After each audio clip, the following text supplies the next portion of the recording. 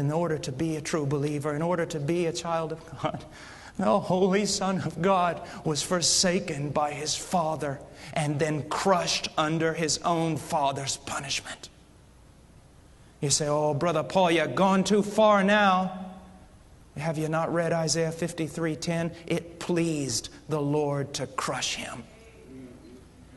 Take a 10,000-pound millstone and put another on top of it. Put a grain of wheat between them and see what you've got when it comes out on the other end.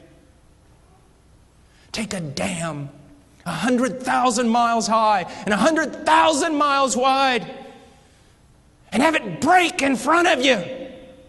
And as the torrent of water rolls down towards you to engulf you, to destroy you, all of a sudden the ground opens up and drinks it down, and not one drop splashes to your feet. And so Christ raised His hand up to heaven and took the wrath of God, that great cup, and drank it down. And when He cried out, "It is finished," He turned it over and not one drop came out. He drank the wrath of God and satisfied justice and appeased wrath, and therefore God can now be just and justify the sinner.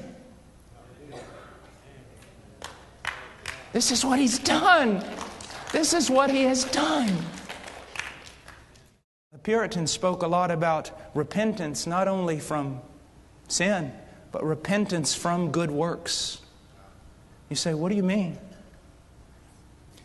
There is a real sense in which repentance is simply this: you give up from trying to justify yourself. You just quit.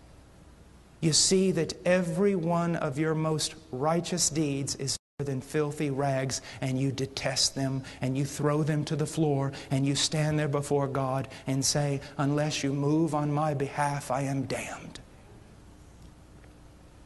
And you believe. You believe. You trust. There is a deacon in my church back home. Little church in the middle of a cornfield. And I love this man. He's walked with God longer than I've been alive.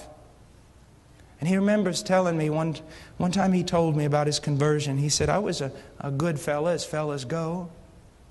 He said, but the preacher said something that morning and it stirred my heart, and I thought, what does it mean to believe? What does it mean to believe? He went up in his hayloft and he was just walking around. And he said he found himself finally with his toes hanging over the edge of the loft, just kind of standing there. He said, all of a sudden it just dawned on me. And this is what he said: Lord, I am going to trust, place my confidence exclusively, only in what your Son has done for me. And if that very thing, if what He has done for me is not strong enough to save me, then I will go to hell, because I will not trust in another thing. Right now, if this preacher died, he would go to heaven. Not because I spent years in the jungles and the Andes Mountains of Peru. Not because of piety, devotion, or Bible study. Not because of denominational affiliation, baptism, or participation in the Lord's Supper. If I died right now, I would go to heaven because 2,000 years ago, the Son of God shed His blood for this wretched man. And that is my hope. And I expect that that scarlet thread is strong enough to hold me when I swing out into eternity upon it. Please visit our website at heartcrymissionary.com. There you will find information about the ministry, our purpose, beliefs and methodologies, and extensive information about the missionaries we are privileged to serve.